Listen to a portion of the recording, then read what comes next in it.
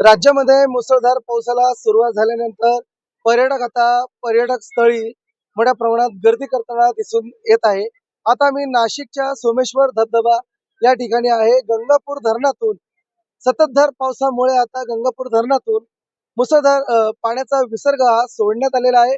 माझ्या मागे बघू शकता सोमेश्वर धबधबा या ठिकाणी पाण्याचा विसर्ग मोठ्या प्रमाणात सुरू असताना या ठिकाणी आता शनिवारी रविवार असल्यामुळे सुट्टीचा दिवस असल्यामुळे या ठिकाणी पर्यटकांची मोठी गर्दी आपल्याला दिसून येत आहे.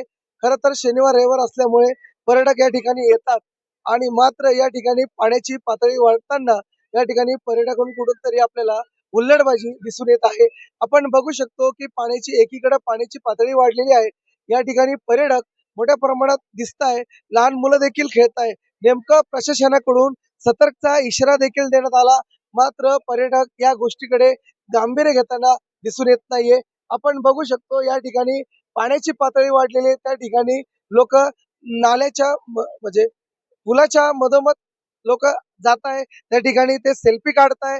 एकीकडे या ठिकाणी पाठी देखील लावलेली आहे प्रशासनाकडून की या ठिकाणी सेल्फी काढण्यास मनाई आहे. तरी देखील पर्यटक या ठिकाणी येत आहे, सेल्फी काढताय. नेमकं अनुचित काही प्रकार घडला, नेमकं याला जबाबदार कोण, असा प्रश्न आता उपस्थित होत आहे. न्यूज वर्ल्ड मराठी 24 नाशिक प्रतिनिधी प्रकाश दुर्वे.